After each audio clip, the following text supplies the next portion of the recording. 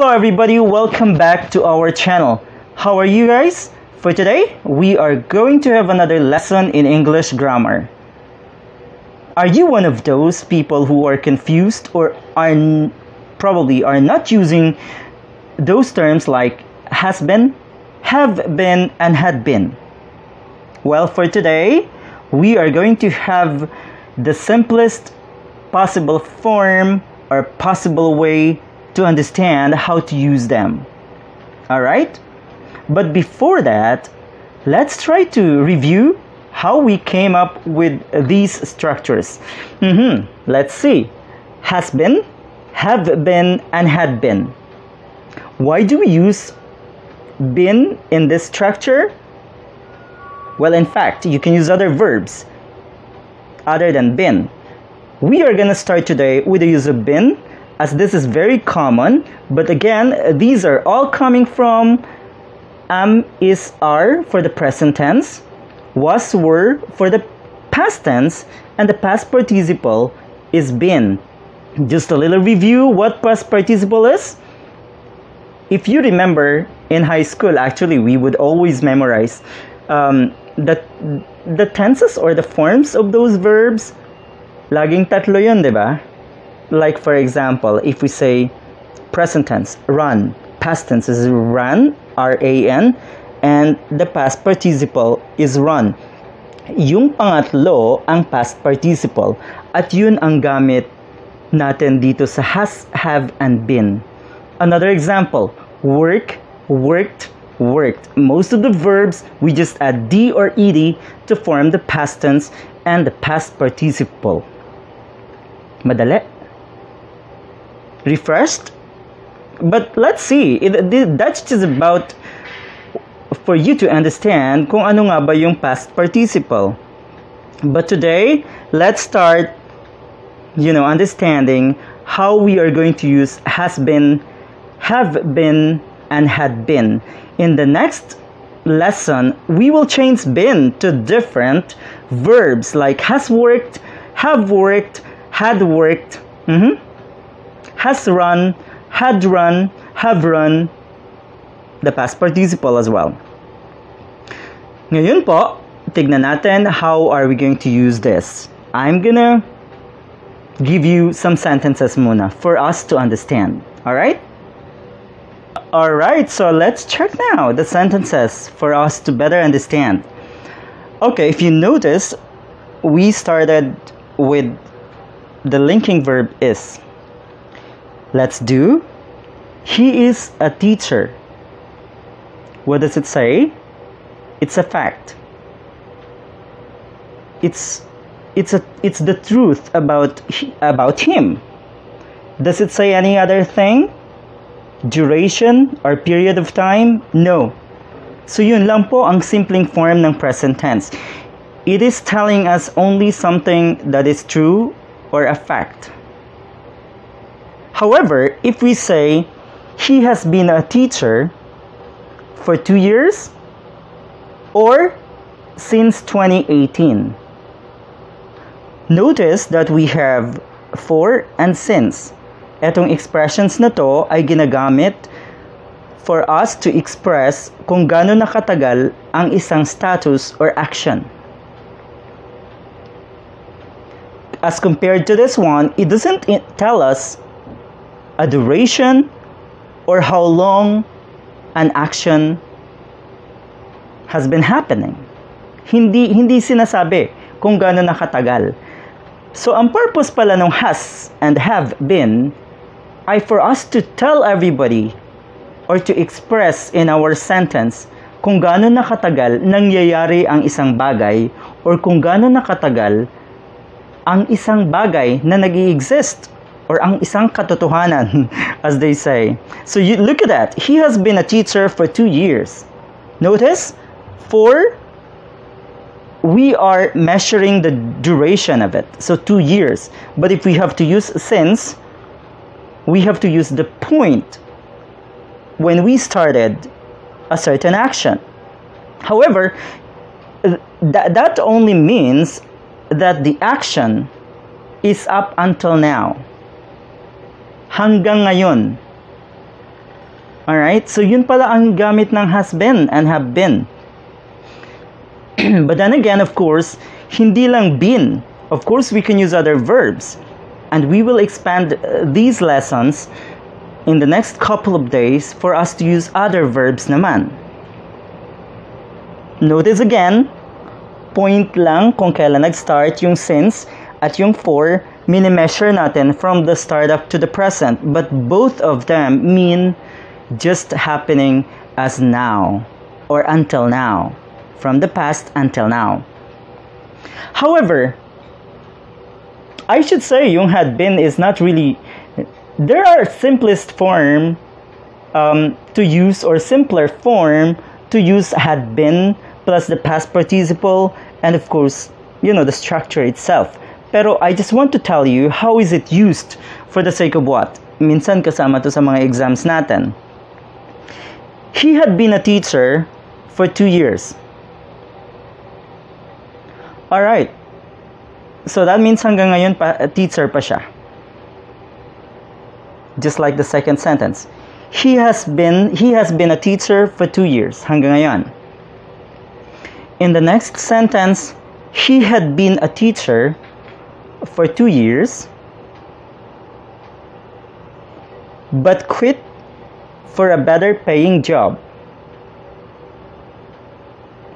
So hanggang ngayon ba tong sentence na to? Not anymore. Notice the phrase, but quit for a better paying job.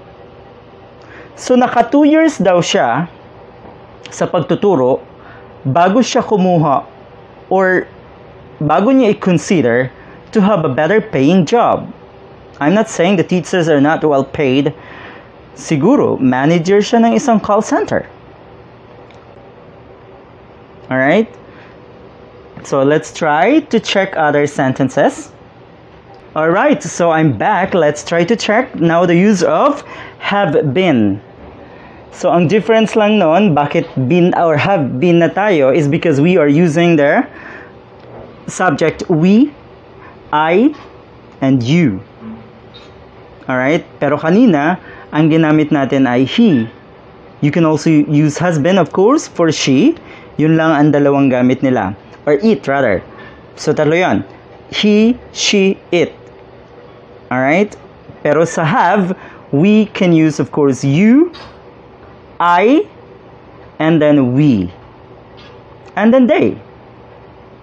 Alright, let's check this. We are in lockdown in Metro Manila. Ito ay fact. Does it say it's until now? Or, well, it's a present sentence. So definitely it is an action now, or it is a status now.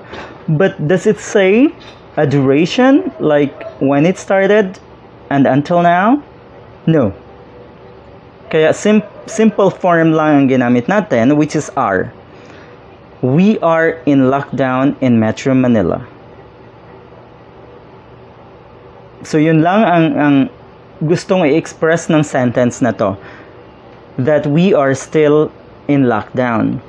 However, we have been in lockdown for 5 months or since March.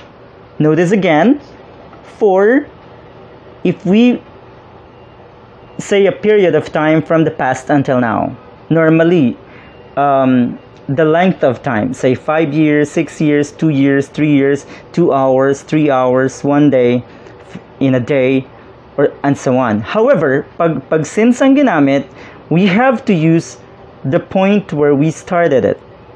So kailan nagsimula ang lockdown, di ba, noong March? So since March, is it until now?